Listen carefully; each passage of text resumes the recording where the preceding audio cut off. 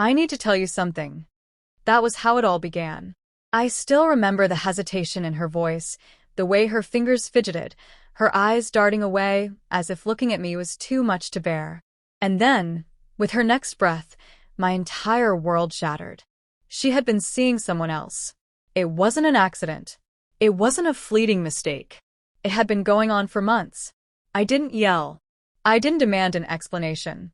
Because in that moment, I realized something. There was nothing left to say. So instead of arguing, instead of fighting for someone who had already betrayed me, I did the only thing that made sense. I walked away. I left everything behind. Our home, our memories, the life we had built together. And I never looked back. But then, a year later, she found me. This time, she was the one pleading not to be left behind. The night she confessed, I didn't react the way she expected. She was bracing herself for an argument, ready for the shouting, the accusations, the desperate questions. She got none of that. Instead, I stood up, grabbed my keys, and simply said, "Okay." And then I walked out.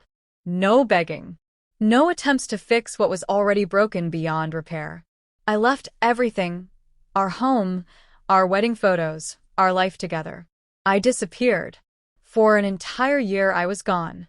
No calls. No messages. No glances at the past. I started over, new city, new job, new life.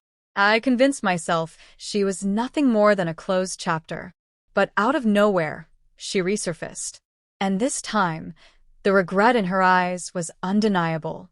At first, I'm sure she thought I would come crawling back. That after enough time, I'd miss her. That once I cooled off, I'd forgive her like it never happened. But weeks turned into months. Months turned into a year. I never reached out. I never checked in. I never looked back. Meanwhile, her world was crumbling. The man she left me for? He walked away. The excitement of her new life. It faded. The home we built together? It felt empty without me. For the first time, she understood what she had done. She thought I was replaceable. Now she knew she had lost the one person who truly loved her. That's when she decided to find me.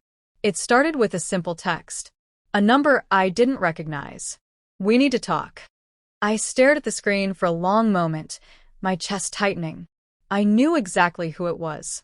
I had erased her number, but some things don't fade.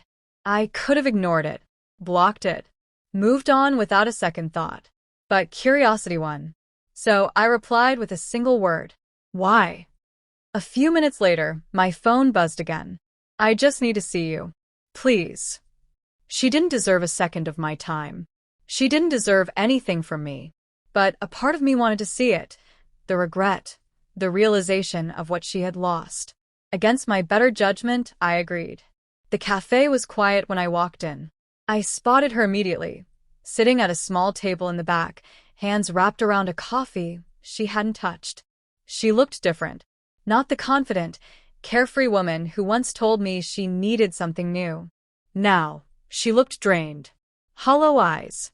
Dark circles. Shoulders slumped.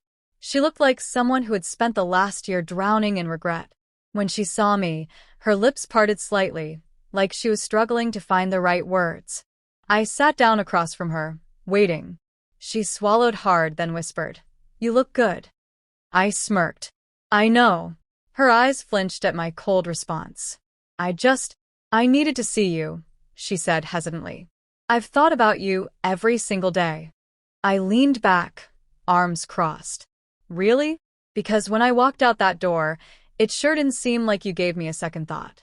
She shook her head quickly, eyes welling with tears. "I made a mistake," she admitted, her voice trembling. "I thought I wanted something else. I don't even know what I was thinking.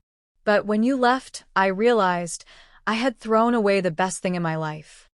She reached across the table, her fingers shaking. "Please," she whispered, "just tell me there's a chance."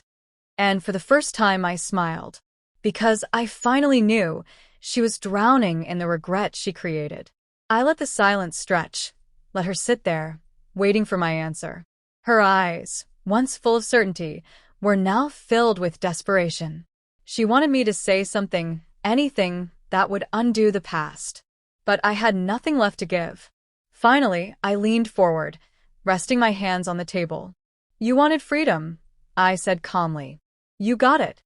Her breath hitched. She knew what was coming. I know, she whispered, tears slipping down her face. But I didn't know what I was losing. I exhaled slowly, shaking my head. That's the problem, I said. You only realized my worth when I was gone. And now, it's too late. Her face crumbled. She opened her mouth, to beg, to plead, to fight for me. But I was already standing. I pulled out some cash, tossed it on the table, and met her gaze one last time. Take care of yourself. And just like I did a year ago, I walked away. But this time she was the one left behind.